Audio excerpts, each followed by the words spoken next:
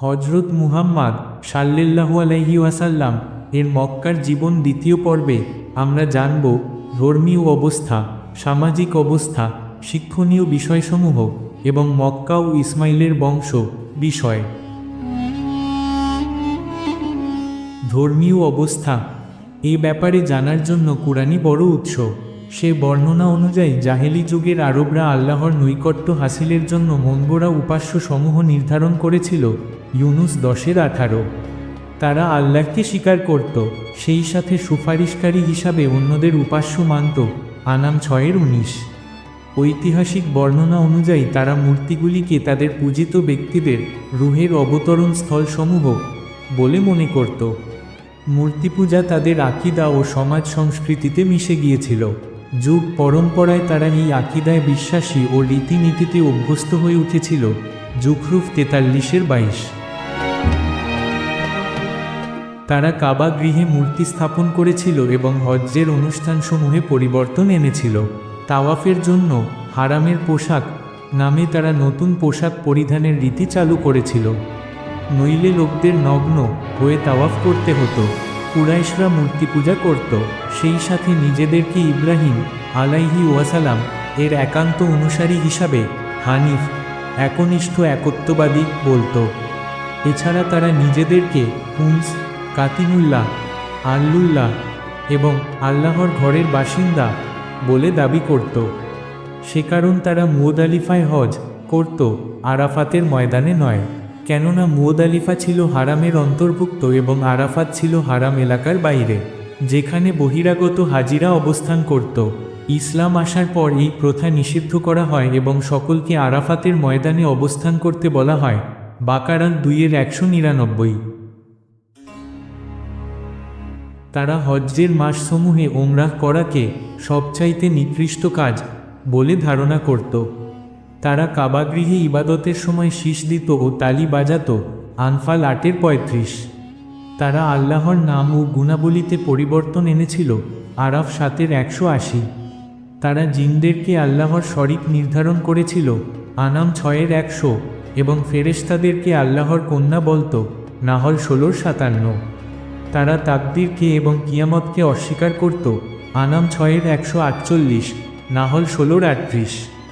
তারা ইবাদত করত, কুরবানি করত বা মানত করত আখেরাতে মুক্তি লাভের উদ্দেশ্যে নয়, বরং দুনিয়াবি স্বার্থ হাসিলের জন্য। তারা মৃত্যু ও অন্য বিপদাপদকে আল্লাহর দিকে নয় বরং প্রকৃতির দিকে সম্বন্ধ করত। জাছিয়া 45:23। তারা মূর্তির সম্মানে কুরবানি চালু করেছিল। মাইদাহ 5:3। লাত ও উজ্জার নামে কসম করত এবং নক্ষত্রের মাধ্যমে বৃষ্টি প্রার্থনা করত। বুখারী হাদিস 3850। আরবদের বিশ্বাস ছিল যে প্রতি 13 দিন পর একটি নক্ষত্র পশ্চিমে অস্ত যায় এবং একই সাথে পূর্ব দিকে একটি নক্ষত্র উদিত হয়। তাদের বিশ্বাস মতে উক্ত নক্ষত্র অস্ত যাওয়ার সময় অবশ্যই বৃষ্টি হয় অথবা ঠান্ডা হাওয়া প্রবাহিত হয়। সে কারণ বৃষ্টি হলে তারা উক্ত নক্ষত্রের দিকে সম্বন্ধ করে বলত, আমরা উক্ত নক্ষত্রের কারণে বৃষ্টি প্রাপ্ত হয়েছি। আল্লাহর হুকুমে যে বৃষ্টি হয় এটা তারা বিশ্বাস করত না। এভাবে তারা তাওহীদ বিশ্বাস থেকে বহু দূরে চলে গিয়েছিল, অথচ এটাই ছিল তাদের পিতা ইব্রাহিমের মূল দাওয়াত। তাদের চরিত্রে ও রীতিনীতিতে এমন বহু কিছু ছিল যা ইসলামকে ধসিয়ে দিত, যেমন বংশগৌরব করা ও অন্য বংশকে তাচ্ছিল্য করা। রাসূলুল্লাহ সাল্লাল্লাহু আলাইহি ওয়াসাল্লাম বলেন, আমার উম্মতের মধ্যে 4টি বস্তু রয়েছে জাহেলিয়াতের অংশ, যা তারা ছাড়েনি। আভিজাত্য গৌরব, বংশের নামে তাচ্ছিল্য করা, নক্ষত্রের মাধ্যমে বৃষ্টি প্রার্থনা করা এবং শোক করা। জাহেলি যুগের অন্যতম রীতি ছিল পিতা মাতার কাজের উপর বড়াই করা, মসজিদুল হারামের তত্ত্বাবধানে দায়িত্বে গর্ব করা। তওবা 9:55। ধনশালী ব্যক্তিদের সম্মানিত মনে করা। জুখরুফ 43:31 এবং দরিদ্র ও দুর্বল শ্রেণীকে হীন মনে করা। আনাম 6:52। যে কোনো কাজে শুভাশুভ নির্ধারণ করা ও ভাগ্য গণনা করা। জিন 72:6 ইত্যাদি। পক্ষান্তরে অনেক জাহেলি কবির মধ্যে তাওহীদের আকিদা ছিল। যেমন আল্লাফা খ্যাত কবি জুহাইর বিন আবি সুলমা ও কবি লাবিদ বিন রাবি প্রমুখ। কাবাগৃহে হজ জারি ছিল। হারামের মাসগুলির পবিত্রতা বজায় ছিল। অদৃষ্টবাদের আধিক্য থাকলেও তাদের মধ্যে কাজা ও কদরের আকিদা মজুদ ছিল। ইব্রাহিমী দিনের শিক্ষা ও ইবাদতের কিছু নমুনা মক্কা ও তার আশপাশে জাগরুক ছিল। তাদের মধ্যে সততা, বিশ্বস্ততা, সাহসিকতা, আতিথেয়তা, প্রতিশ্রুতি রক্ষা প্রভৃতি অনন্য গুণাবলী অক্ষুণ্ণ ছিল। সামাজিক অবস্থা। গোত্রীয় সমাজ ব্যবস্থা। আরবদের সামাজিক ব্যবস্থা ছিল গোত্রপ্রধান, যার কারণে বংশীয় ও আত্মীয়তার সম্পর্ককে খুবই গুরুত্বপূর্ণ মনে করা হতো। মারামারি ও হানাহানিতে জর্জরিত উক্ত সমাজে কেবল গোত্রীয় ঐক্যের সুদৃঢ় বন্ধনের উপর নির্ভর করেই তাদের টিকে থাকতে হতো। ন্যায় অন্যায় সব কিছু নির্ণীত হতো গোত্রীয় স্বার্থের নিরিখে। আজকালকের কথিত গণতান্ত্রিক রাজনৈতিক সমাজ ব্যবস্থায় যে উৎকট দলতন্ত্র আমরা লক্ষ্য করছি, তা জাহেলি আরবের গোত্রীয় সমাজ ব্যবস্থার সঙ্গে অনেকটা তুলনীয়। বরং অনেক ক্ষেত্রে তাদের চাইতে নিম্নতর অবস্থায় পৌঁছে গেছে। গোত্রসমূহের মধ্যে প্রায়ই যুদ্ধ বিগ্রহ লেগে থাকত। সে কারণ তারা অধিক সংখ্যায় পুত্র সন্তান কামনা করত। অধিক সংখ্যক ভাই ও পুত্র সন্তানের মালিককে সবাই সমীহ করত। অন্যান্য সম্পদের সাথে নারীদের লুট করে নিয়ে যাওয়ার ভয় অথবা দরিদ্রতার কারণে অনেকে তাদের কন্যা সন্তানকে শিশুকালেই হত্যা করে ফেলত। তাদের কোন গোত্রীয় আর্থিক রিজার্ভ ছিল না। যুদ্ধ শুরু হলে সবাই প্রয়োজনীয় ফান্ড গোত্রনেতার কাছে জমা দিত ও তা দিয়ে যুদ্ধের খরচ মেটাত। তবে পূর্ব থেকে ধর্মীয় রীতি চলে আসার কারণে তারা বছরে 4টি সম্মানিত মাসে জুল কাদাহ, জুলহিজ্জা, মুহাররম ও রজব যুদ্ধ বিগ্রহ বন্ধ রাখত। এটা ছিল তাদের জন্য অতীব গুরুত্বপূর্ণ একটি ধর্মীয় রক্ষা কবচ।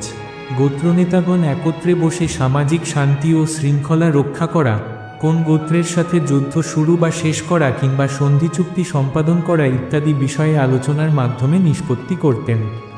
মক্কার দারুন নাদওয়া ছিল এজন্য বিখ্যাত। তাদের মধ্যে মদ্যপানের ব্যাপক প্রচলন ছিল। যুদ্ধ ও পেশিশক্তিই ছিল বিজয় লাভের মানদণ্ড। আরবের সামাজিক অবস্থাকে এক কথায় বলতে গেলে তথা জোর যার মুল্লুক তার নীতিতে পরিচালিত হতো। আজকের বিশ্ব ব্যবস্থা তার চাইতে মোটেও উন্নত নয়। 5টি ভেটো ক্ষমতাধারী রাষ্ট্রই বলতে গেলে বিশ্ব শাসন করছে। অর্থনৈতিক অবস্থা। ব্যবসা ছিল তাদের প্রধান অবলম্বন। তায়েফ, সিরিয়া, ইয়ামন প্রভৃতি উর্বর ও উন্নত এলাকা ছাড়াও সর্বত্র পশুপালন জনগণের অন্যতম প্রধান অবলম্বন ছিল। উট ছিল বিশেষ করে দূরপাল্লার সফরের জন্য একমাত্র স্থল পরিবহন। গাধা, খচ্চর মূলত স্থানীয় পরিবহনের কাজে ব্যবহৃত হতো। ঘোড়া ছিল যুদ্ধের বাহন। মক্কার ব্যবসায়ীরা শীতকালে ইয়ামনে ও গ্রীষ্মকালে সিরিয়ায় দূরপাল্লার ব্যবসায়িক সফর করত। আর্থিক লেনদেনে সুদের প্রচলন ছিল। তারা চক্রবৃদ্ধি হারে পরস্পরকে সুদভিত্তিক ঋণ দিত। রাস্তাঘাটে প্রায়ই ব্যবসায়ী কাফেলা লুট হতো। সেজন্য সশস্ত্র যোদ্ধাদল নিয়ে তারা রওনা হতো। তবে কাবাগৃহের খাদেম হওয়ার সুবাদে মক্কার ব্যবসায়ী কাফেলা বিশেষভাবে সম্মানিত ছিল এবং সর্বত্র নিরাপদ থাকত। বছরের 8 মাস লুটতরাজের ভয় থাকলেও হারামের 4 মাসে তারা নিশ্চিন্তে ব্যবসা করত। এই সময় ওকাজ, জুল মাজাজ, জুল মাজান্না প্রভৃতি বড় বড় বাজারে বাণিজ্য মেলা ছাড়াও আরবের বিভিন্ন প্রান্তে আরও অনেকগুলি বড় বড় মেলা বসত। এইসব বাণিজ্য মেলায় প্রচুর বেচা কেনার মাধ্যমে ব্যবসায়ীরা লাভবান হতো। তাদের মধ্যে বস্ত্র, চর্ম ও ধাতব শিল্পের প্রচলন ছিল। ইয়ামন, হীরা, সিরিয়া প্রভৃতি অঞ্চল এইসব শিল্পে সমৃদ্ধ ছিল। তবে গৃহের আঙিনায় বসে সুতা কাটার কাজে অধিকাংশ আরব মহিলা নিয়োজিত থাকতেন। কোন কোন এলাকায় কৃষিকাজ হতো? ছোলা, ভুট্টা, যব ও আঙ্গুরের চাষ হতো। মক্কা মদিনায় গমের আবাদ ছিল না। মুয়াবিয়া রাদিয়াল্লাহ আনহু এর খেলাফতকালে প্রথম সিরিয়া থেকে মদিনায় গম রফতানি হয়। খেজুর বাগান ব্যাপক হারে দেখা যেত। খেজুর ছিল তাদের অন্যতম প্রধান উপজীবিকা। তাদের কোন গোত্রীয় অর্থনৈতিক ফান্ড ছিল না। সে কারণ সমাজের লোকদের দারিদ্র্য ও রোগ ব্যাধি দূরীকরণে ও স্বাস্থ্যসেবার কোন সমন্বিত কর্মসূচি ও কর্মপরিকল্পনা তাদের ছিল না। ফলে পারস্পরিক দান ও বদান্যতার উপরেই তাদের নির্ভর করতে হতো। নিখাত পুঁজিবাদী অর্থনীতি চালু ছিল, যার ফলে সমাজে একদল উচ্চবিত্ত থাকলেও অধিকাংশ লোক ছিল বিত্তহীন। সাধারণ অবস্থা ছিল এই যে, আরবদের সহায় সম্পদ তাদের জীবনমান উন্নয়নে ব্যয়িত না হয়ে সিংহভাগই ব্যয়িত হতো যুদ্ধ বিগ্রহের পিছনে। ফলে ক্ষুধা ও দারিদ্র্য ছিল তাদের নিত্যসঙ্গী। আরবীয় সমাজে উচ্চবিত্ত লোকদের মধ্যে মদ, জুয়া ইত্যাদির ব্যাপক প্রচলন ছিল। সেখানে বিত্তহীনরা দাস ও দাসীরূপে বিক্রয় হতো ও মানবেতর জীবন যাপনে বাধ্য হতো। কুরাইশরা পরস্পরে ব্যবসায় জড়িত ছিল। হাশেম বিন আবদে মানাফ গোত্রনেতাদের মধ্যে এই পারস্পরিক ব্যবসায়িক সম্পর্ক গড়ে তোলেন, যা রাসূলুল্লাহ সাল্লাল্লাহু আলাইহি ওয়াসাল্লাম এর আবির্ভাবকালীন সময় পর্যন্ত অব্যাহত ছিল, যাকে ইলাফ বলা হয়, যারা শীতকালে ইয়ামনে ও গ্রীষ্মকালে শামে ব্যবসায়িক সফর করত। এই কথাটি কুরআনে এসেছে সূরা কুরাইশে। তারা সমুদ্রপথে চীন ও হিন্দুস্থানেও ব্যবসা করত। হাশেম বিন আবদে মানাফ তৎকালীন দুই বিশ্বশক্তি রোম ও পারস্য সম্রাটদের সাথে চুক্তিক্রমে তাদের দেশেও ব্যবসা পরিচালনা করেন। এভাবে মক্কার অর্থনীতির ভিত গড়ে ওঠে ব্যবসার উপরে। অস্ত্র শিল্প ও আসবাবপত্র শিল্প ব্যতীত তেমন কোন শিল্প তাদের মধ্যে ছিল না। অর্থনীতির অন্য একটি ভিত্তি ছিল পশুপালন, যা ছিল আপামর জনসাধারণের নাগালের মধ্যে। ব্যবসায়ী নেতারা সুদের ভিত্তিতে ঋণদান করত, ফলে সেখানে ধনী ও গরিবের মধ্যে পাহাড় প্রমাণ বৈষম্য সৃষ্টি হয়। মুষ্টিমেয় ধনিক শ্রেণী বিলাস ব্যসনের মধ্যে বসবাস করলেও মক্কায় অধিকাংশ অধিবাসী ছিল নিম্নবিত্ত বা বিত্তহীন। মক্কার নেতৃবৃন্দ ও ব্যবসায়ীগণ সারা আরবে সম্মানিত ছিলেন। কাবাগৃহের কারণে তাদের মর্যাদা সর্বত্র সুপ্রতিষ্ঠিত ছিল। সেই সাথে মক্কা ছিল সর্বদা বহিঃশক্তির হামলা থেকে সুরক্ষিত। নারীদের অবস্থা, তৎকালীন আরবে বিভিন্ন শ্রেণীর লোকজন বসবাস করত। সেখানকার অভিজাত শ্রেণীর লোকদের অবস্থা তুলনামূলকভাবে খুবই উন্নত ছিল। পরিবারে পুরুষ ও মহিলাদের পারস্পরিক সম্পর্ক ছিল মর্যাদা ও ন্যায়ভিত্তিক ব্যবস্থার উপরে প্রতিষ্ঠিত। অভিজাত পরিবারের মহিলাদের মান সম্মান অক্ষুণ্ণ রাখার ব্যাপারে সদা সতর্ক দৃষ্টি রাখা হতো। তাদের মর্যাদা হানিকর কোন অবস্থার উদ্ভব ঘটলে সঙ্গে সঙ্গে তরবারি কোষমুক্ত হয়ে যেত। মহিলাদের মর্যাদা এতই উঁচুতে ছিল যে বিবদমান গোত্রগুলিকে একত্রিত করে সন্ধি চুক্তি সম্পাদনেও তারা সক্ষম হতো। পক্ষান্তরে তাদের উত্তেজিত বক্তব্যে ও কাব্য গাথায় যে কোনো সময় দুই গোত্রের মধ্যে যুদ্ধ বেঁধে যেতে পারত। ওহদের যুদ্ধে আবু সুফিয়ানের স্ত্রী হিন্দা তার সাথী মহিলাদের নিয়ে মুসলিম বাহিনীর বিরুদ্ধে এ কাজটি করেছিলেন। তাদের মধ্যে বিবাহ পদ্ধতি ছিল অত্যন্ত উঁচু মানের। উভয় পক্ষের অভিভাবকগণের সম্মতি ও কনের স্বীকৃতি লাভের পর বর কনেকে নির্ধারিত মোহরানার বিনিময়ে বিয়ে করতে পারত। বিয়েতে ও সন্তানের আকিকাতে সমাজনেতাদের দাওয়াত দিয়ে ধুমধামের সাথে অনুষ্ঠান করা তাদের সামাজিক রেওয়াজ ছিল। সাধারণ ও দরিদ্র শ্রেণীর আরবদের মধ্যে চার ধরনের বিবাহ চালু ছিল। এক ধরনের ছিল অভিজাত শ্রেণীর মতো পারস্পরিক সম্মতি ও মোহরানার বিনিময়ে বিবাহ পদ্ধতি, কিন্তু বাকি তিনটি পদ্ধতিকে বিবাহ না বলে স্পষ্ট ব্যভিচার বলা উচিত, যা ভারতীয় হিন্দু সমাজে রাক্ষস বিবাহ, গান্ধর্ব বিবাহ ইত্যাদি নামে আধুনিক যুগেও চালু আছে বলে জানা যায়। আরবীয় সমাজে স্বাধীনা ও দাসী দু ধরনের নারী ছিল। স্বাধীনাগণ ছিলেন সম্মানিত, কিন্তু দাসীরা বাজার ঘাটে বিক্রয় হতো। মনিবের দাসীবৃত্তিই ছিল তাদের প্রধান কাজ। নৈতিক অবস্থা। উদার মরুচারী আরবদের মধ্যে নৈতিকতার ক্ষেত্রে দুটি ধারা একত্রে পরিলক্ষিত হতো। একদিকে যেমন তাদের মধ্যে মদ্যপান, ব্যভিচার, মারামারি ও হানাহানি লেগে থাকত, অন্যদিকে তেমনি দয়া, উদারতা, সততা, পৌরুষ, সৎসাহস, ব্যক্তিত্ববোধ, সরলতা ও অনাড়ম্বরতা, দানশীলতা, আমানতদারি, মেহমানদারি, প্রতিজ্ঞাপরায়ণতা ইত্যাদি সদ্গুণাবলীর সমাবেশ দেখা যেত। তাদের মধ্যে দুঃসাহসিকতা ও বেপরোয়া ভাবটা ছিল তুলনামূলকভাবে বেশি। তাদের মধ্যে যেমন অসংখ্য দোষ ত্রুটি ছিল, তেমনি ছিল অনন্যসাধারণ গুণাবলী, যা অন্যত্র কদাচিৎ পাওয়া যেত। তাদের সৎসাহস, আমানতদারি, সত্যবাদিতা, কাব্য প্রতিভা, স্মৃতিশক্তি, অতিথিপ্রায়ণতা ছিল কিংবদন্তির মতো। তাদের কাব্যপ্রিয়তা এবং উন্নত কাব্যালঙ্কারের কাছে আধুনিক যুগের আরবি কবি সাহিত্যিকরা বলতে গেলে কিছুই নয়। তাদের স্মৃতিশক্তি এত প্রখর ছিল যে একবার শুনলেই হুবহু মুখস্থ বলে দিত। বড় বড় কাছিদা বা দীর্ঘ কবিতাগুলি তাদের মুখে মুখেই চালু ছিল। লেখাকে এজন্য তারা নিজেদের জন্য হিংকর মনে করত। দুর্বল স্মৃতির কারণে আজকের বিশ্ব লেখাকেই অধিক গুরুত্ব দেয়, অথচ লেখায় ভুল হওয়া স্বাভাবিক। কিন্তু তৎকালীন আরবদের স্মৃতিতে ভুল কদাচিৎ হতো। সম্ভবত এই সব সদ্গুণাবলীর কারণেই বিশ্বনবীকে আল্লাহ মক্কাতে প্রেরণ করেন, যাদের প্রখর স্মৃতিতে কুরআন ও হাদিস অবিকৃত অবস্থায় নিরাপদ থাকে এবং পরবর্তীতে তা লিখিত আকারে সারা বিশ্বে প্রচারিত হয়। যদিও কুরআন ও হাদিস লিখিতভাবেও তখন সংকলিত হয়েছিল।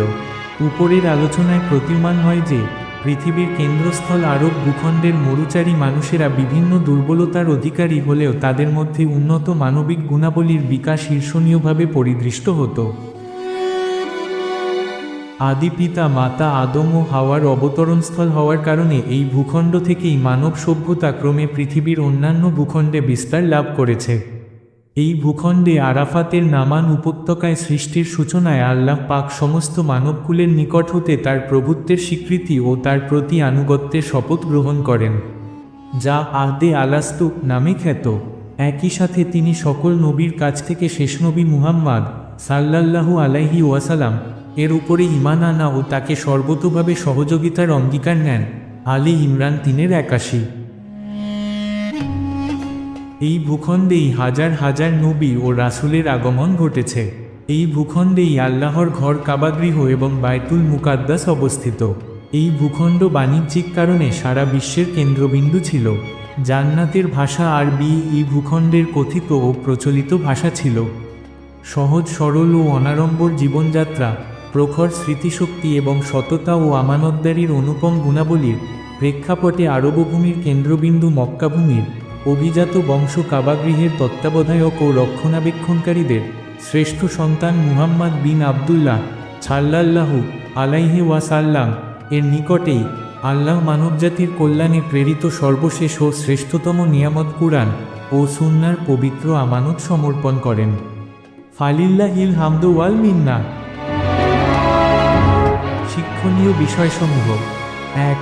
বিশ্বনবী ও শেষ নবী হবার কারণেই বিশ্বকেন্দ্র মক্কাতে মুহাম্মদ সাল্লাল্লাহু আলাইহি ওয়াসাল্লাম কে প্রেরণ করা হয়। ২. সারা বিশ্বে তাওহীদের দাওয়াত দ্রুত ছড়িয়ে দেওয়ার জন্য তৎকালীন বিশ্বের সেরা বাণিজ্য কেন্দ্র ও যোগাযোগ কেন্দ্র আরব ভূখণ্ডে শেষ নবী প্রেরিত হন। ৩. জান্নাতের ভাষা আরবি, আর সেই ভাষাতেই কুরআন নাজিল হয়েছে। তাই আল্লাহর ঘরের তত্ত্বাবধায়ক শুদ্ধভাষী আরব তথা কুরাইশ বংশে শেষ নবীর আগমন ঘটে, যাতে তিনি জান্নাতি ভাষায় মানবজাতিকে তার মূল আবাস জান্নাতের পথে আহ্বান জানাতে পারেন। ৪. আধুনিক মুদ্রণযন্ত্র সে যুগে ছিল না, তাই প্রখর স্মৃতিধর আরবদের নিকটেই কুরআন ও সুন্নাহর অমূল্য নেয়ামত সংরক্ষণের আমানত সোপর্দ করা হয়। ৫. আরবরা ছিল আজন্ম স্বাধীন ও বীরের জাতি। সে কারণ বলা চলে যে তৎকালীন রোমক ও পার্শ্বিক পরাশক্তির মোকাবিলায় ইসলামী খেলাফতের সফল বাস্তবায়নের জন্য শেষ নবীর আগমনস্থল ও কর্মস্থল হিসাবে আরব ভূখণ্ডকে বেছে নেওয়া হয়। মক্কা ও ইসমাইল বংশ। মক্কায় প্রথম অধিবাসী ছিলেন মা হাজেরা ও তার সন্তান ইসমাইল। পরে সেখানে আসেন ইয়ামন থেকে ব্যবসায়ী কাফেলা বনু জুরহুম। তারা হাজেরার অনুমতিক্রমে জমজম কূপের পাশে বসতি স্থাপন করেন। পরবর্তীতে ইসমাইল তাদের বংশে বিয়ে করেন। অতঃপর ইব্রাহিম ও ইসমাইলের হাতে কাবাগৃহ নির্মিত হয়।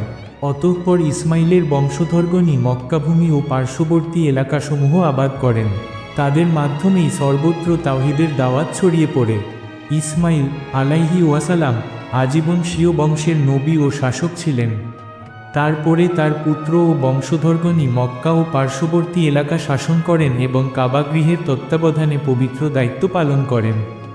ইসমাইল পুত্র নাবেদ এর বংশধরগণ উত্তর হেজাজ শাসন করেন। তাদের বংশধর ছিলেন ইয়াছরিবের আউস ও খাজরাজ গোত্র। ইসমাইলের অন্য পুত্র কায়দার এর বংশধরগণ মক্কায় বসবাস করেন এবং পরবর্তীতে তাদেরই অন্যতম বিখ্যাত নেতা ছিলেন আদনান, যিনি ছিলেন রাসূলুল্লাহ সাল্লাল্লাহু আলাইহি ওয়াসাল্লাম এর 21তম ঊর্ধ্বতন পুরুষ। আজকের ভিডিওতে এই পর্যন্তই। শীঘ্রই আসছে এর 3য় পর্ব। ভিডিওটি ভালো লাগলে একটি লাইক করবেন। এরকম নিত্য নতুন ভিডিও পেতে চ্যানেলটি সাবস্ক্রাইব করে ক্রাইম নিউজ অনলাইন সাথেই থাকুন।